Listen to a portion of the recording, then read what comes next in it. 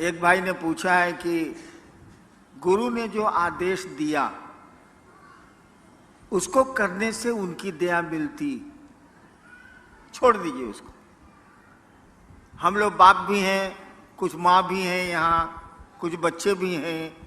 आप अपने बेटा को कहते हैं कि जाओ एगो आम पीस के तो आम तोड़ के पेड़ से लाओ, आज जबकि आम का पेड़ उसके हाथ में है, टूट जाएगा हाथे से, अब नहीं जाता है। 5 दिन उसको कहिएगा अरे जो न रे चटनी खाएला है, अम्मा एगो तोड़ के लाना, अब नहीं जा रहा है। दूसरे एगो बेटा को कहते हैं कि जाओ ना यार वो आम तोड़ के लाओ ना, चटनी खानी, वो तोड़ के बेचारा ला देता है। तो किसको ज्यादा मानिएगा, जो चटनी आम तोड़ के ले आता है उसको, कि जो आम तोड़ के नहीं लाता है उसको? बेटा दोनों है, कोई काम पड़ेगा तो उसी को न कहिएगा। तो गुरु का जो आदेश करेगा, गुरु की दया उसी पर न होगी। गुरु कह रहा है कि टांग ऊपर मुड़ी नीचे, आप कह रहे हैं कि नहीं टांग नीचे मुड़ी ऊपर, ये कैसे चलेगा? गुरु कह रहे हैं कि दूसरों को समझाओ, दिन भर गप मारिएगा। हम मसान में रहते थे, मसान के लोग कम बोलते हैं, वहां किससे बात करिएगा? अब मेरी शादी हुई 1972 में, जिस दिन शादी हुई उस दिन रात भर मेहरारू के साथ गुटर गुई की हैं। दिन भर रात भर बकर बकर करते हैं। कहा गया कि जरा महादेव के बारे में गप करिए तो हो ही नहीं रहा है। बदमाशी नहीं चलेगा ना, कैसे चलेगा? गुरु आदेशित कर्म करिए, किसी के भी आदेश पर काम करिएगा। एक सुन लीजिए, एगो किरानी को हम बदल दिया पटना से सहरसा, एक किरानी का तबादला कर दिया पटना से सहरसा। आया, आते आते गोड़ धर लिया मेरा ऑफिस में कि सर मेरा परिवार पटना में रहता है, उसको हमको सर छोड़ दीजिए सर, हम पटना में रहना चाहते हैं। हम 2 रुपया पॉकेट से निकाला उसको दिया कि जाओ सामने पान की दुकान है सचिवालय के बाहर, पान ले आवे वो। अब वो कहे कि जीना जब तक मेरी बदली रोकिएगा नहीं हम कुछ छोड़बे नहीं करेंगे आपका गोड़। हम कहे रे 2 रुपया ले आ, पान ले आ। नहीं लाया वो, मेरा गोड़ नहीं छोड़ा। 6 साल तक उसको सहरसे में रहना पड़ा, पटना वापस नहीं हुआ। साला मेरा आदेश है पान लाने के लिए तो साला मेरा गोड़ धरे हुए। ठीक है, तो गुरु का आदेश नहीं मानिएगा, कहिएगा नया महादेव को। एक आदमी हमको बोला कि ना आप आरती करते हैं ना कुछ करते हैं। हम कहे बाबू सुनो, बाप जब घर में आता है तो बेटवा आरती करता है कि बाबूजी जय जगदीश हरे, ओम जय जगदीश हरे। नहीं ना बाबूजी को करता है, माई को करता है ना, कहाँ करता? अगरबत्ती दिखाता है, ओम पिताजी नमः, ओम पिताजी नमः दिखलाता है। तो महादेव को आरती करेंगे तब खुश होगा वो। आए बा, महादेव को अगरबत्ती दिखाएंगे तब प्रसन्न होगा वो प्रसन्न तब होगा जब उसको आप अपना समझिएगा। अपनापन का जब अपनेपन का जब भाव आवेगा ना तब वो प्रसन्न होगा। ये आरती अगरबत्ती से क्या प्रसन्न होने जाए? ठीक है ना से हाँ ठीक है, चलो एक अच्छा काम है करते हैं, लेकिन कोई जरूरी थोड़ी है। गुरु का जो आदेश है वो तो करना ही चाहिए। वैसे अगर आप संस्कृत समझते हैं तो जान लीजिए, शिष्य शब्द बना है संस्कृत में शस धातु से। शिष्य शब्द जो बना है वो शस धातु से बना है संस्कृत में। उसी से बना है शासन, उसी से बना है प्रशासन, उसी से बना है अनुशासन और उसी से बना है शिष्य। शिष्य शब्द का अर्थ होता है जो अनुशासित होने योग्य हो। शिष्य शब्द का ही अर्थ होता है जो अनुशासित होने योग्य हो, यानी गुरु जो कहते हैं वो करने लायक हो, वही चेला है। तो गुरु का आदेश तो हमको आपको करना ही पड़ेगा और तभी उनकी दया मिलेगी। नेक्स्ट। जब हम शिव को पूजा करते हैं तो गुरु बनाना जरूरी है, कृपया हमें समझाएं। जब हम शिव की पूजा करते हैं तो गुरु बनाना जरूरी है, हमें कृपया समझाएं। हाँ, वही हाल है। महादेव तो बाबा है भाई, शिव तो कहा जाता है चंदा मामा सबके मामा, शिव घर घर के बाबा। बाबा तो है वो,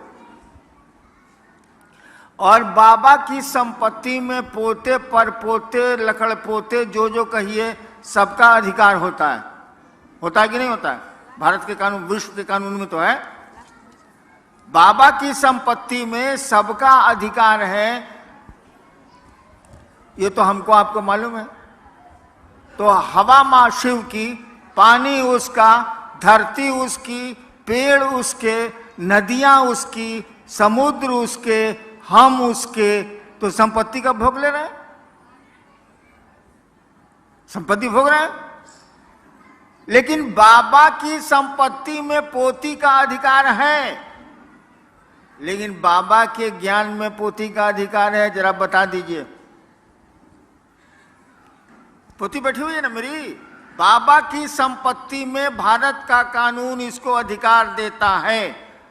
मैं स्टेट ही रहा हूं, गर्भ में अगर बच्चा है, मां के गर्भ में अगर बच्चा है तो उसको भी संपत्ति का अधिकार है, कानून है ये।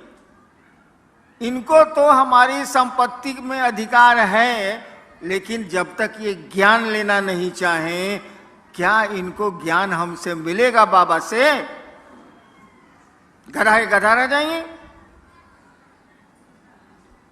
तो शिव से जब तक आप ज्ञान नहीं लेंगे, जिसने सृष्टि बनाई है, जिसने हम सबको बनाया है, जो रख रहा है, जो तोड़ रहा है, जब तक ज्ञान नहीं लेंगे आपको ज्ञान नहीं मिलेगा। संपत्ति तो भोगे रहे, हवा उन्हीं की है, हम भी उन्हीं के हैं, पानी भी उन्हीं का है, सूरज भी उन्हीं का है, बादल भी उन्हीं के हैं, सब कुछ तो उन्हीं का है, उसी परमात्मा की सृष्टि है। तो हम लोग भोग तो रहे हैं संपत्ति, लेकिन ज्ञान को भोगने के लिए, ज्ञान में हिस्सा लेने के लिए हमको आपको शिष्य की मानसिकता में जाना होगा और उसी सत्ता को, उसी शिव को अपना गुरु बनाना होगा, ताकि ज्ञान में भी आपको हिस्सा मिले। संपत्ति में तो हिस्सा मिला हुआ है। नेक्स्ट। गुरुर ब्रह्मा गुरुर विष्णु गुरुर देव महेश्वरा, इसमें तो सभी को गुरु बोला गया है, तो महादेव ही हमारे गुरु कैसे हुए? क्या? गुरुर ब्रह्मा गुरुर देव गुरुर, हाँ ठीक है, हम समझ गए, आगे पढ़ो ना। इसमें तो सभी को गुरु बोला गया है। ओ अच्छा। भाई साहब ने पूछा है कि गुरु ब्रह्मा गुरु विष्णु गुरुदेव महेश्वरा में सब देवता को गुरु बनाया गया है, तो शिव को गुरु मानने की जरूरत, सब देवता तो गुरु है ही ले। भोजपुरी में वो कहावत बा, भगचोनर हुआ का हो। हाँ, जैसे मैं आया, इस हॉल में आया तो इतनी बत्तियां जल रही थी कि हम चुनहरा गए। हमने कहा बंद करो, मैंने तेज रोशनी में नहीं सूझना, भगचोनर। अरे भैया वो संस्कृत है, उसका अर्थ ठीक से लगाओ ना, उल्टे कर दिया। गुरुर ब्रह्मा यानी गुरु ब्रह्मा है। साला संस्कृत में इसको 0 आया होगा परीक्षा में। गुरुर ब्रह्मा, गुरु ब्रह्मा है। ब्रह्मा माने सृष्टि की को उत्पन्न करने वाली शक्ति, जिसको ब्रह्माणी शक्ति कहते हैं, उसके धारक देवता को ब्रह्मा कहते हैं। यानी गुरु के पास वो पावर है, वो शक्ति है, जिससे वो सृष्टि की उत्पत्ति ईश्वर जो करते हैं वो गुरु के पास भी है। गुरु विष्णु यानी गुरु विष्णु हैं, वैष्णवी शक्ति जिससे पालन पोषण संसार का होता है, उसके देवता विष्णु कहे जाते हैं। गुरु के पास यह भी पावर है जो विष्णु के पास है। गुरु देवो महेश्वरा, वो जो ईश्वर हैं, जो महेश हैं, चीफ कंट्रोलर हैं। महेश का मानी होता है नियंत्रक। वो भी गुरु को पावर है, यानी नहीं रहेगा तो आज जीव को कैसे उसे बनाएंगे। इसीलिए कहा जाता है गुरु ब्रह्मा है, गुरु विष्णु है, गुरु महेश्वर है, गुरु साक्षात परमात्मा है। भाई तो पूरा ट्रांसलेशन है कि उल्टी दहलोस। सीधा उसका अर्थ यही होता है, उल्टा अर्थ मत लगाइए। संस्कृत है और ये तमिलनाडु में तो संस्कृत मूल भाषा है, किसी से पूछ लीजिए। शिव शिष्य बगिया का फूल तो नहीं बन सका, लेकिन आपसे प्रार्थना है कि आप अपने चरणों के धूल तो कम से कम बना लीजिए। अच्छा, एक भाई ने कहा है कि शिव शिष्यता की बगिया का फूल तो मैं नहीं बन सका, आप अपने चरणों की धूल हमको बना लीजिए। हम तो अपने सारा धूरी हैं। हम हमारे पांव की धूल लेके क्या करेंगे? हमारे तो गुरु शिव हैं, उनकी धूल ही लीजिए तो कुछ काम भी बन जाए, कुछ जगत भी ठीक हो जाए और कुछ पारलौकिक जगत भी ठीक हो जाए। मेरी धूल लेके क्या करेंगे? जैसे आप हैं वैसे हम हैं। आप भी शिव के शिष्य हैं, हम भी शिव के शिष्य हैं, दोनों में कोई फर्क तो है नहीं। नेक्स्ट। मेरा बेटा शिव से को गुरु मानने के लिए तैयार नहीं, तो क्या करें? एकदम ठीक है। एक भाई ने पूछा कि मेरा बेटा महादेव को गुरु मानने के लिए तैयार नहीं है, इससे बढ़िया बातें नहीं हो सकती है, छोड़ दीजिए। जो कहे ना, समझ लीजिए एक दिन वहां कहेगा। जो कहे हाँ, चलो वो तो ठीक है, बाद में ना कह सकता है। और जो कुछ नहीं बोले, ना हाँ ना ना ना, उस साला बड़ी खतरनाक होता है। जो ना कह दिया वो एक दिन हाँ कहबे करेगा। जाएगा कहाँ वो? तो बेटवा नहीं मान रहा है तो मानेगा एक दिन जरूर। अगर बेटवा कुछ नहीं बोलता है, चुप, तो समझ लीजिए सारी डेंजरस, कुछ नहीं करेगा ये। चलिए। शिव गुरु हैं ये समझते हुए भी मन अपना समझता नहीं है, लेकिन मैं अपना समझने के लिए करने की किसी को ज़रूरत नहीं है। मन समझने के लिए क्या करें? वही 3 सूत्र। आपका मन समझे कि शिव मेरे गुरु हैं, 3 सूत्र ही करने होंगे आपको। और मूलतः महादेव से दया मांगनी होगी। आप लोग तो नमः शिवाय करते नहीं होंगे? कोई करता है नमः शिवाय? कोई आदमी नमः शिवाय करता है? हाथ उठाओ तो। अरे साला सब झूठ बोलता है।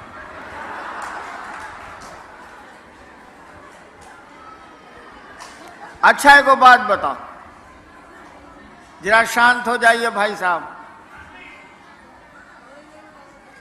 सांस जब भीतर आती है, हर एक आदमी की सांस आती है, सांस जब भीतर आती है तो नमः आया। अपनी गति में, आपको तेज कम नहीं करना है, जैसे सांस चल रही है उसी गति में। सांस जब भीतर आई तो नमः आया, सांस जब बाहर गई तो शिवाय गया। इसको रोज कौन कौन 2 बार करता है, 1 बार करता है? कौन करता है? सब करवे करता है। अच्छा गिराइए, धन्यवाद भाई, करते हैं तो। सांस प्रश्वास पर नमः शिवाय करते हुए महादेव को याद करिए। आप 2 मिनट से ज्यादा नहीं टिकिएगा, बाजार में मन चला जाएगा, इधर उधर मन चला जाएगा। नमः शिवाय को आपको टुकड़े टुकड़े में करना है सांस पर। 1 बार किया, 5 बार, 11 बार से ज्यादा मत करिए। फिर 2 घंटा के बाद 2 बार कर लिया, फिर 3 घंटा के बाद एक बार कर लिया, ऐसे ऐसे करके उसको टुकड़े टुकड़े में सांस पर ऐसे ऐसे सांस मत खींचिएगा प्राणायाम की तरह, जैसे सांस चलती है उसी तरह से नमः आया शिवाय गया, उल्टा भी मत करिएगा। नमः ही भीतर जाएगा, शिवाय ही बाहर जाएगा, उल्टा मत करिएगा। इसको करिए, करना चाहिए आपको। सोने के पहले जरूर करिए, जागने पर कोशिश करिए कि हो जाए। होता तो नहीं है, साली चाय याद आती है, चाय शिव तो याद आते नहीं है, लेकिन जब भी जहां भी मौका मिले इसको करिए। चलो। मैं अपने गुरु महादेव के साथ साथ साहब श्री से विनती करता हूँ कि एक बार सेलम तमिलनाडु की धरती पर अपना पैर रखते ताकि मेरे गुरु महादेव का 3 सूत्र तेजी से हो जाए। इसके लिए मैं साहब श्री से दया मांगता हूँ। सेलम आने के लिए मुझको निमंत्रण दिया जा रहा है।